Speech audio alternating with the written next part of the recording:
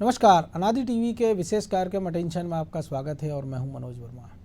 मुख्यमंत्री शिवराज ने गुरुवार को अपने मंत्रियों को डिनर दिया। डिनर सीएम हाउस में था और इसके बहाने उन्होंने अपने सहयोगियों से चर्चा की।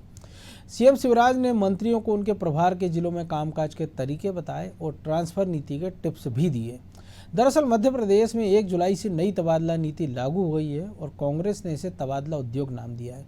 लेकिन कांग्रेस तबादलों के दौरान सरकार को घेरे, इसके पहले ही सीएम शिवराज ने अपने मंत्रियों को सभी तरह की हिदायत दे दी है और तबादलों में पारदर्शिता बरतने की सलाह भी दी है।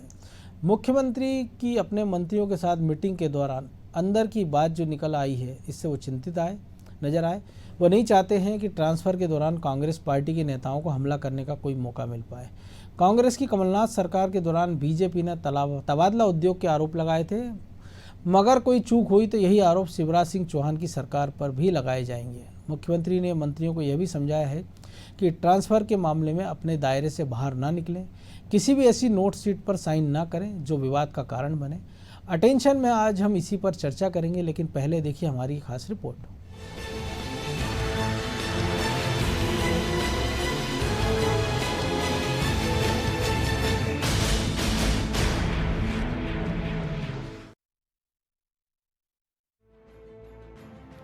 कोरोना की दूसरी लहर के बाद प्रदेश में 1 जुलाई से तबादलों का दौर शुरू हो गया है।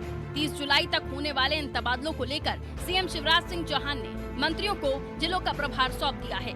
मंत्रियों की अनुशंसा पर ही अधिकारियों और कर्मचारियों के ट्रांसफर किए जाएंगे। वहीं तबादलों को निकाय चुनाव की तैयारियों से जोड़कर भी देखा जा रहा है।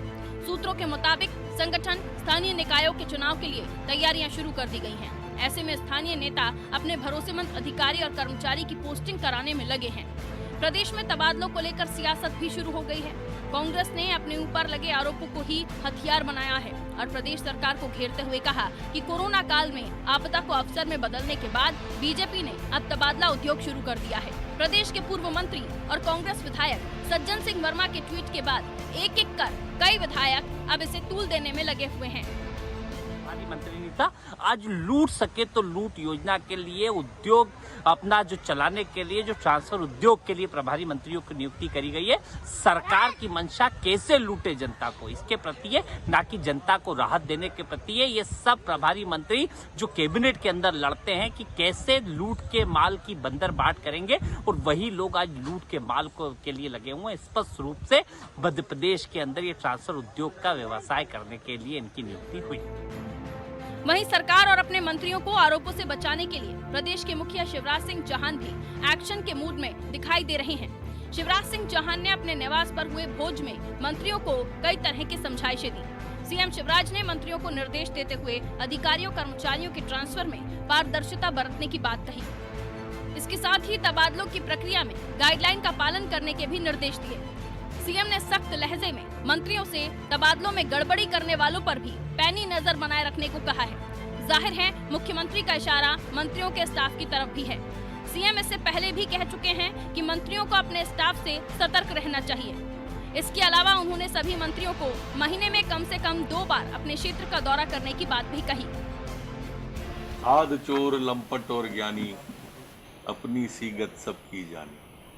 हमारे मुख्यमंत्री जी ने तो कल स्पष्ट रूप से कहा है, जो पॉलिसी है उसके तहत ही होंगे। पूरा ध्यान रखा जाएगा इन चीज़ों का। अधिकारी कर्मचारियों को भी कहा है, बिना पूछे कोई भी अपना ऑफिस न छोड़े, अनुमति लेने के बाद ही आए, सीधे ना आए।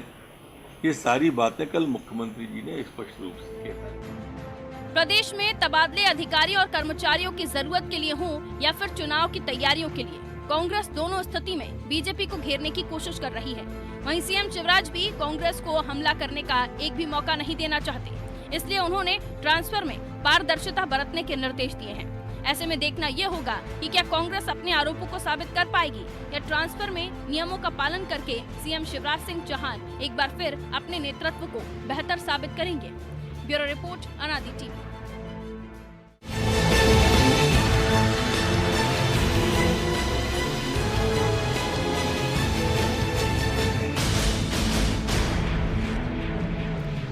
तो तबादलों की इसी तलखी पर बात करेंगे। हमारे साथ जुड़े हुए हैं वरिष्ठ पत्रकार रंजन श्रीवास्तव, इसके साथ ही हमारे सहयोगी ब्रजेश चौक से, जो कि हमारे ब्यूरो हेड है, वो भी इस चर्चा में भाग लेंगे।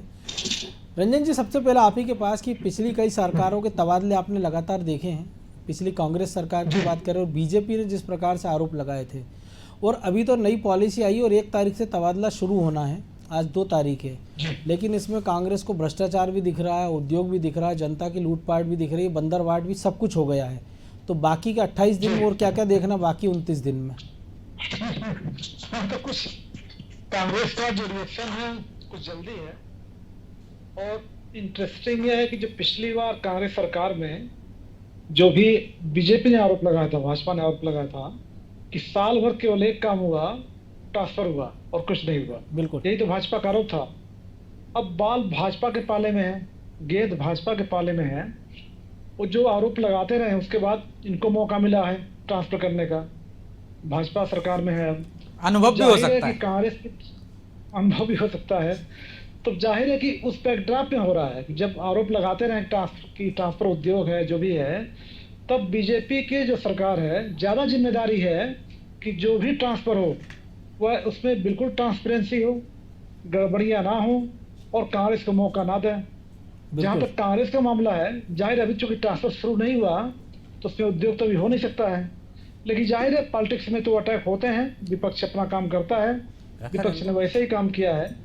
लेकिन ये जो ट्रांसफर है, इसमें एक चीज आपकी जो नई बात है कि जो कोरोना से पीड़ित लोग हैं, अधिकारी कर्मचारी, उनको मौका दिया गया है कि अगर पोर्टल पे या डिपार्टमेंट को इन्फॉर्मेशन दे देंगे तो उनको शायद अगर गंभीर रूप से कोई, जब दूसरी लहर में, पहली लहर की बात नहीं हो रही है, बिल्कुल, जो फरवरी मार्च के बाद जो लहर आई है, अगर उसमें बीमार रहे हों गंभीर रूप से तो उनको वरीयता दी जाएगी।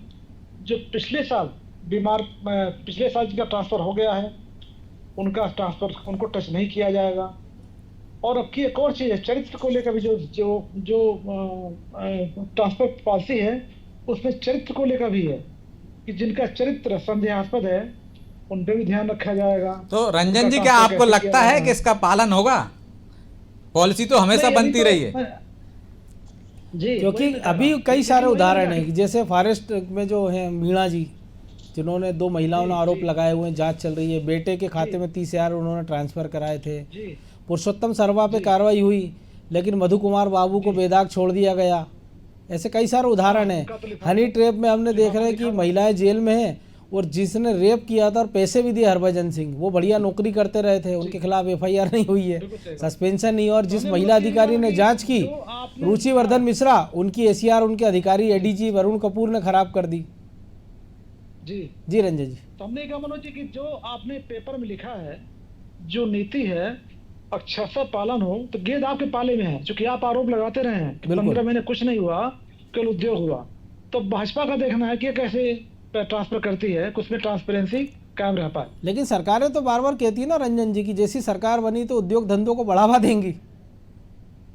हाँ, ये नया उद्योग पनपा सर, ये पिछले और यहीं पे नहीं है, हर राज्य में है। और आप देखते हैं मनोज जी, जैसे जहाँ भी ये सीजन आता है, एक खास किस्म के दलाल सक्रिय हो जाते हैं, उनकी भागदौड़ बढ़ जाती है, और ऐसे लोग कई बार सफल भी होते हैं, दिखते हैं।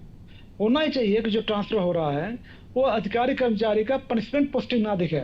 कहीं अगर कोई खराब का कर्मचारी है वो तो कहीं और भेज रहे हो जिसके ऊपर आरोप है, तो वहां भी गलत काम करेगा वो। अच्छा कर्मचारी है, अच्छा काम कर रहा है, उसको पनिशमेंट में कहीं बालाघाट भेज दिया, आपने भोपाल से मैं एग्जाम्पल दे रहा हूँ, तो जाहिर है गलत होगा आपके लिए। तो हर चीज को ध्यान देना पड़ेगा आपको। आप किसी को पनिश कर रहे हैं, किसी को रिवार्ड कर रहे हैं, उसमें भी ट्रांसपेरेंसी होना चाहिए। लेकिन इसके नाम पे आप इनजस्टिस करेंगे तो दिखेगा, फिर कांग्रेस को मौका मिलेगा। ये चीजें तो कई सारे मंत्रियों पर भी लागू होती है ना, क्योंकि आप उनको किसी डिपार्टमेंट भेज दीजिए, क्योंकि कई ऐसे मंत्री रहे प्रदेश में चर्चा में जिनके बारे में कहा जाते थे कि अगर इनको केवल गौशाला दे दी जाए या शमशान दे दिया जाए तो उसमें भी ये पैसा कमा लेंगे।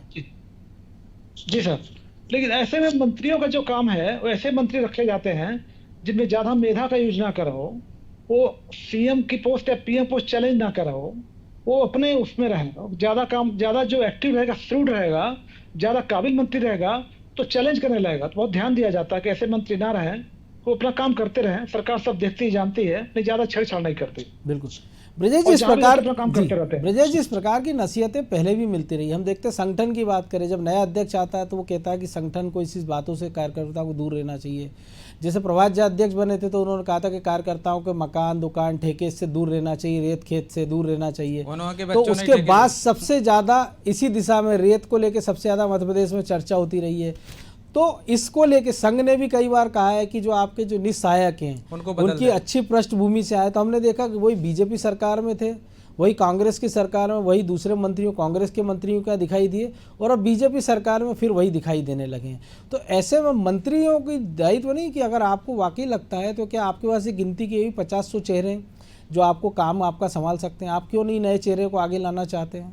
क्यों आपको लगता है कि ये जो चालू पुर्जे हैं उनको सबको ही अपने स्टाफ में जगह देना चाहता है? और इसके बाद आप उम्मीद करो कि अगर आपने कोयला उठाया है तो जला उठाओगे तो हाथ जलाएगा और बुझा उठाओगे तो हाथ काले करेगा। तो कोयले से दूर क्यों नहीं रहते हैं? उससे ऐसी मोहब्बत क्यों? देखिए मनोज जी, ये वो कोयले की खदान है जिसके अंदर हर मंत्री और नेता जाना चाहता है। कौन नहीं चाहता तबादले ना हो? तबादलों पे बैन लगा था तो मंत्री मुखर हुए थे, हम किसका तबादला करें, यही हमने कैबिनेट में देखा था। तो तबादले की जो भूख है ना वो नीचे से ऊपर तक है। भले ही कितने भी पहले नीतियां बन गई हों, कितना पालन होता है, लेकिन ये देखना होगा आपको कि गलत तबादले तो नहीं हो। और कांग्रेस यदि जो काम कर रही है ना, आज जो आरोप लगा रही है, जिस तरह से हम कुणाल जी को सुन रहे थे, कह रहे थे कि प्रभारी मंत्री इसलिए बनाए हैं कि वो उद्योग चला सकें। तो प्रभारी मंत्री के पास सिर्फ एक ही काम होता है कि तबादले का। और उनकी सरकार में भी मैंने देखे हैं मनोज जी, उनकी एक जिले सरकार का में तो बैठक और उसको फाइनेंशियल पावर हुआ करते थे मंत्रियों के, 2004 के पहले तक। और तबादले सुबह होते थे, दोपहर तक बदल दिए जाते थे। इसी कारण 6 से 7 हज़ार तबादले हुए। तो हो सकता है उनका अनुभव वो हो, लेकिन यदि जैसे चाणक्य ने भी कहा है कि दूसरे की गलती से सबक ले लो, खुद गलतियां करके सीखोगे तो उम्र भी कम पड़ जाएगी आपको। तो सरकार ने, यदि इस सरकार ने 15 माह की वो कांग्रेस की सरकार देखी है, और जब आरोप लगाए हैं कि किस तरह से, सिर्फ एक बड़ा आरोप लगा था जिसमें हल्ला मचता था कि तबादला उद्योग चला रही है सरकार। आज भी आप कहते हो कि जिस तरह से इनकम टैक्स ने छापा मारा, जो पैसे मिले हैं वो तबादला उद्योग से आए हैं, चुनाव के लिए आए थे, तमाम तरह के आपने आरोप लगाए। तो ये आरोप आप पे ना लगें, इसके लिए आप उनकी गलतियों से सीखिए और जिस तरह से नीति बनाई है, नीति निश्चित तौर पर अच्छी है, लेकिन उसमें अमल हो जाए। तो उस दिशा में हम देख रहे हैं कि शिवराज जी कह रहे हैं कि अमल करो, आसपास कोई ऐसे लोग ना भटकें। तो पारदर्शिता वाली जो बात है ना, वो आना चाहिए कहीं ना कहीं, कि ऐसी कोई पॉलिसी ले आओ आप कि पारदर्शी तरीके से ट्रांसफर पोस्टिंग हो, कि आप पे आरोप ही नहीं लगे, आवेदक आपके सामने आ जाए ऑनलाइन पे, आप उसका तबादला कर पा रहा हो नहीं कर पा रहा हो उसमें टिप्पणी चली जाए। पुलिस महकमे ने और शिक्षा विभाग ने इसका उदाहरण किया। पुलिस महकमे ने निचले स्तर के पुलिस कर्मियों को, जब अनादि टीवी ने ये मुद्दा उठाया था मनोज जी कि एक सिपाही और उसकी पत्नी 2.5 साल से प्रयासरत थे, मंसूर का जो मामला था, 2.5 साल से प्रयासरत थे, उनका तबादला नहीं हो रहा था, पुलिस मुख्यालय तक अर्जी लगाई। इसके बाद जब ये मामला सुर्खियों में आया तो उन्होंने ऑनलाइन कर दिया उसको कि यदि कहाँ पे रिक्त पद हैं, आप कितने समय से एक जगह पदस्थ, तो ऑनलाइन आवेदन कर दीजिए, आपका समायोजन हो जाएगा, आपका तबादला हो जाएगा, वहाँ पर रिक्तता होगी उसके अनुसार, या वहाँ से किसी दूसरे का तबादला हो रहा हो। तो ऐसी पद्धति पारदर्शी आप ऑनलाइन तरीके वहाँ भी अपना सकते हो। बड़े लोगों में IAS IPS को छोड़ दीजिए, वो मुख्यमंत्री समन्वय से होते हैं तो निश्चित तौर पर उन पर वैसे आरोप नहीं लगते हैं। बिल्कुल। और कांग्रेस को यदि वो कह रही तबादला उद्योग चलाए तो उसको ऐसी नजर रखनी चाहिए कि कोई ईमानदार अधिकारी तो प्रताड़ित नहीं हो रहा है, कोई खामरा तो नहीं बन रहा मध्य प्रदेश में, तो उसकी आवाज खेमका तो उसकी आवाज उठाएंगे तो निश्चित तौर पर जो आरोप लगे, सतही आरोप हैं कि अभी तबादला तो हुए नहीं, आपने आरोप पहले लगा दिए कि उद्योग चलेंगे।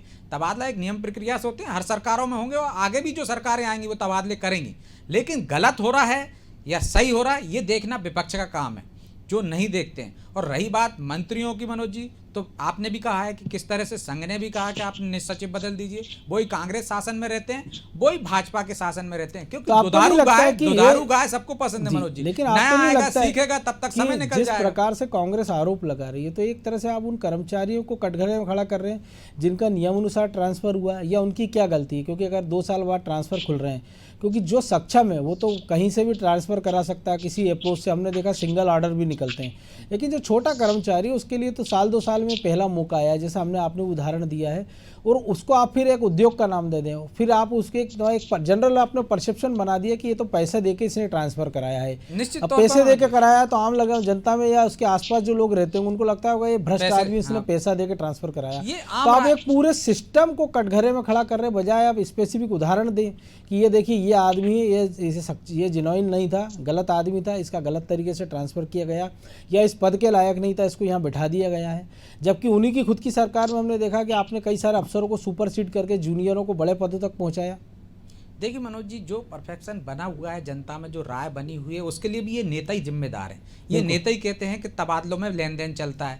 आपने सही कहा कि यदि किसी को ज़रूरत, तबादला एक नियम प्रक्रिया से होता है। 2 साल कोई कहीं रह गया, घर से दूर है, जिले से दूर है, हर आदमी पास में जाना चाहता है। जिस तरह से आपने समन्वय शिक्षा विभाग में किया, अन्य डिपार्टमेंट में भी कर दीजिए। किसी की शादी हो गई है, किसी महिला की, वो उस जगह पर पोस्टिंग चाहती है जहाँ उसका पति नौकरी कर रहा हो या जहाँ उसकी ससुराल हो। ऐसा नियम पहले से है कि जहाँ पति पत्नी नौकरी कर रहा हो अलग जिले में, तो उनको एक जिले में कर लिया चाहिए। आपने ये भी सही कहा है कि बड़े अधिकारियों के मामले में हो जाता है, लेकिन कर्मचारियों के साथ ऐसा नहीं होता है, वो उनके तबादले नहीं हो पाते, तो उनके लिए तो अच्छी खबर होती है। और हमने देखा तबादला सूची जब मनोज जी आती है, उस पर लिखा रहता है, कई जगह अधिकांश में लिखा रहता है कि स्वयं के व्यय पर, स्वयं की इच्छा पर। तो जो आपने सुझाव दिया निश्चित तौर पर बहुत अच्छा है कि इनका तबादला किस वजह से किया जा रहा है। यदि स्वयं का व्यय लिख सकते हैं हम, प्रशासनिक कारण लिख सकते हैं, तो दूसरा उदाहरण भी दे सकते हैं हम। उसी एक जो बना हुआ है, सांचा बना हुआ है, उसी में लिख दीजिए आप एक जो खाना बना हुआ है कि इनका तबादला इस वजह से हुआ है, इनका तबादला 3 साल हो गए थे इसलिए हुआ है। तो निश्चित तौर पर इस तरह के आरोप नहीं लग पाएंगे। बिल्कुल, ये एक अच्छा सुझाव है। रंजन जी,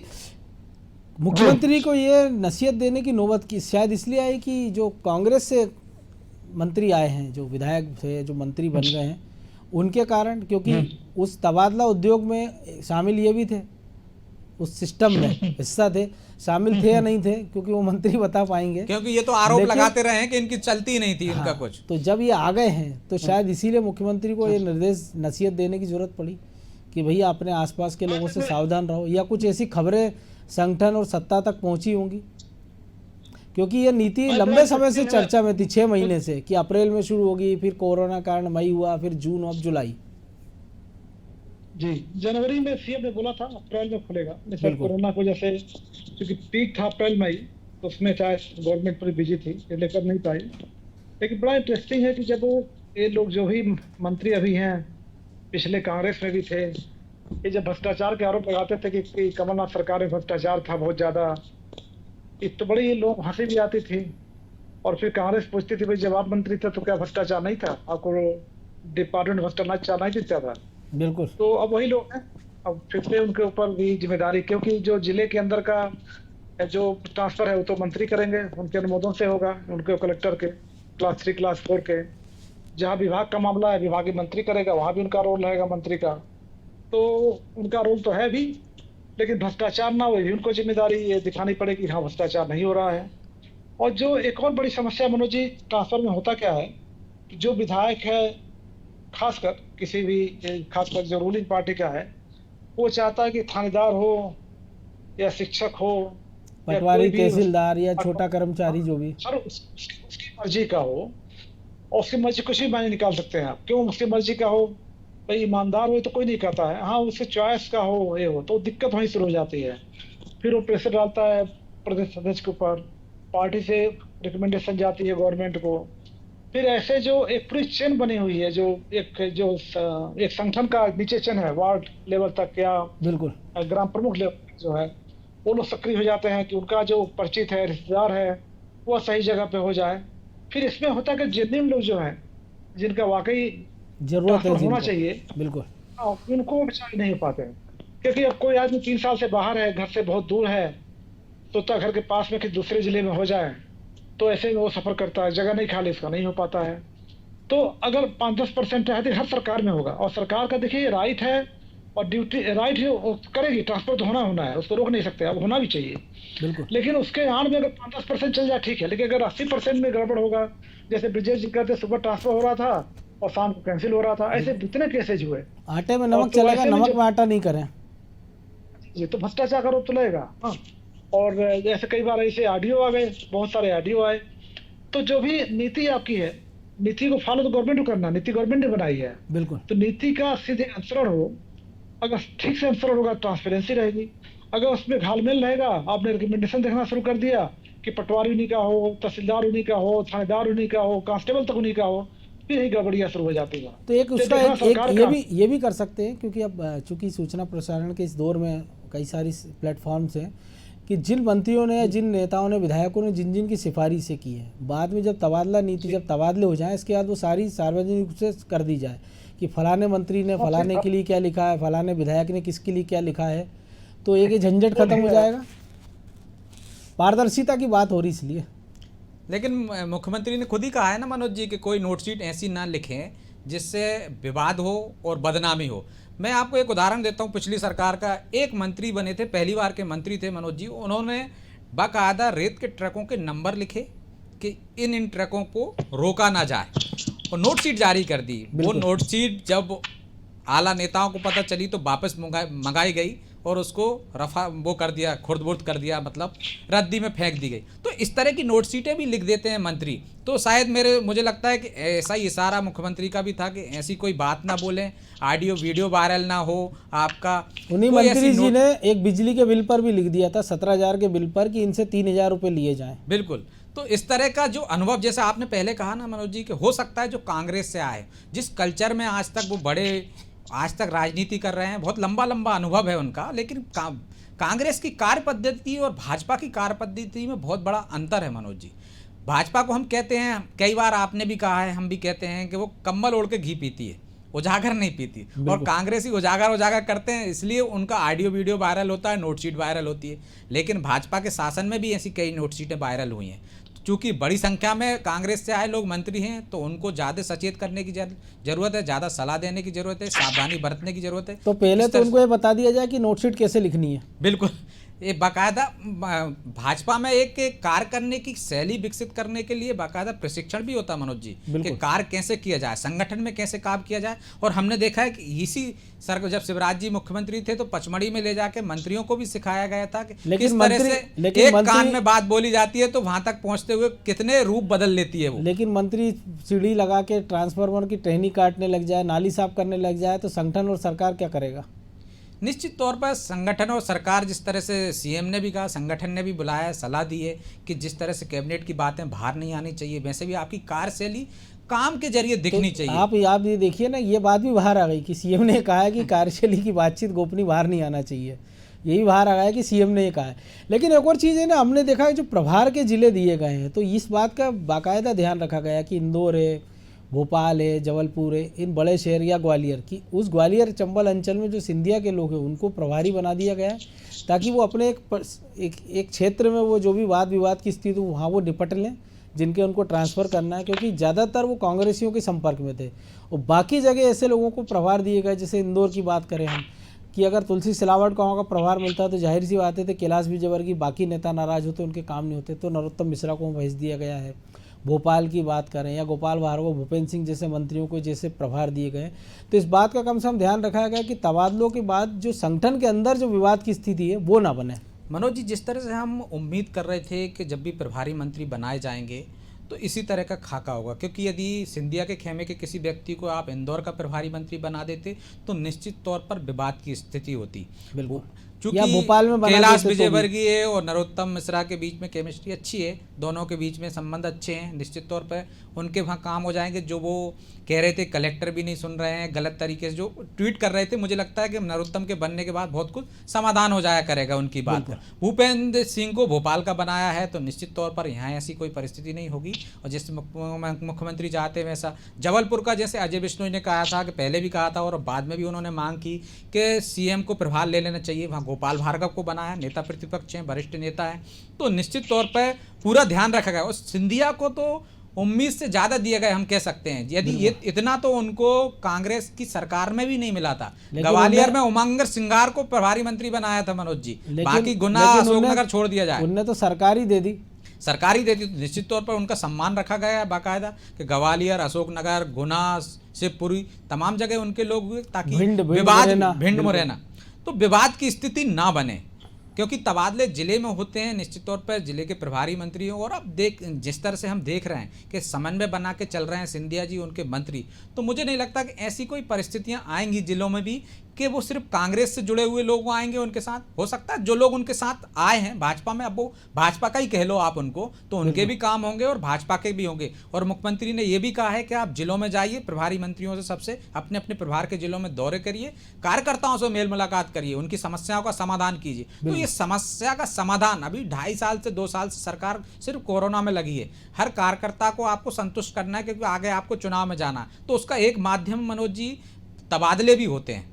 हर कर्मचारी का आपसे साथ जुड़े, संगठन से जुड़े लोगों के नाते, रिश्तेदार, दोस्त वगैरह जो एक तरह से लगता है कि कांग्रेस शासन में पूरी तरह से बदल दिए गए थे, सब इधर से उधर कर दिए गए, तो निश्चित तौर पे वो भी चाहेंगे हमारी सरकार आ गई है कि अब हमारे लोग जो परेशान हुए थे, कम से कम हाँ, उनको सुविधा मिल सके। बिल्कुल। रंजन जी, एक छोटी सी प्रतिक्रिया, जिस प्रकार से मुख्यमंत्री ने निर्देश दे दिए हैं, कांग्रेस की जो रिएक्शन आ रहा है, तो क्या लग रहा है कि आपको कि वाकई में जो मुख्यमंत्री ने जो पहले भी कहते रहे कि जो प्रभारी मंत्री हैं वो जिले में रात गुजारे, वहाँ प्रवास करें, संभव हो पाएगा? क्योंकि उनके पिछले कार्यकाल में भी हमने देखा था कि कई मंत्री जाते ही नहीं थे, जाते थे तो प्रदेश वो जिला कार्यालय नहीं जाते थे, कार्यकर्ताओं से मुलाकात नहीं करते थे, औपचारिकता निभाकर आ जाते थे। इस बार ये गंभीर दिखेंगे?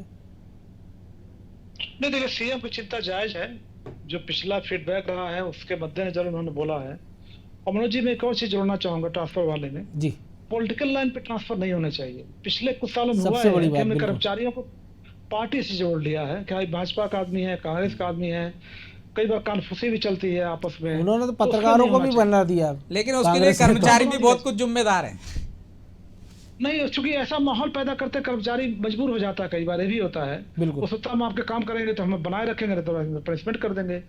तो जैसा माहौल बनाएंगे वैसा रहेगा। तो ऐसा माहौल होना चाहिए कि कर्मचारी अधिकारी भी जो अच्छे कर्मचारी हैं अपने आप को सुरक्षित महसूस करें, उनका पनिशमेंट नहीं होगा। यानी और उनकी जो निष्ठा गलत कोई दीनदयाल काम कर रहा है, भवन या इंदिरा भवन की बजाय वल्लभ भवन के जी। प्रति रहे।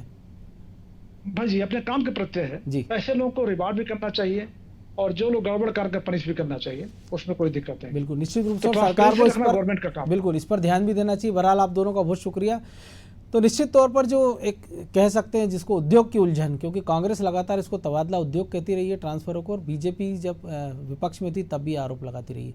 लेकिन मुख्यमंत्री ने जिस प्रकार से अपने मंत्रियों को भोजन खिलाकर तबादले में ना खाने की सीख दी है, वो बहुत कुछ अपने आप में कहानी कह जाती है। और मंत्रियों का भी दायित्व है, क्योंकि अब ज़्यादा समय बचा नहीं है और जो लगातार कोरोना के कारण उनका परफॉर्मेंस दिख नहीं रहा है, और अगर ऐसे में तबादले में बिना किसी विवाद के वो निकल आते हैं तो जाहिर सी बात है कि आने वाला समय है उनके लिए भी अच्छा होगा, संगठन के लिए भी अच्छा होगा और सरकार के हित में भी अच्छा होगा। और एक किसी भी कर्मचारी, जो सरकारी कर्मचारी बड़ी उम्मीदों से नौकरी करता है, बड़ी निष्ठा से नौकरी करता है, ये उसका हक बनता है कि अगर वो जब ट्रांसफ़र के लिए जाए तो उसको किसी प्रकार की सिफारिश की ज़रूरत ना पड़े, उसको किसी प्रकार के सोर्स ना लगाना पड़े, उसको किसी प्रकार की राशि खर्चा ना करना पड़े।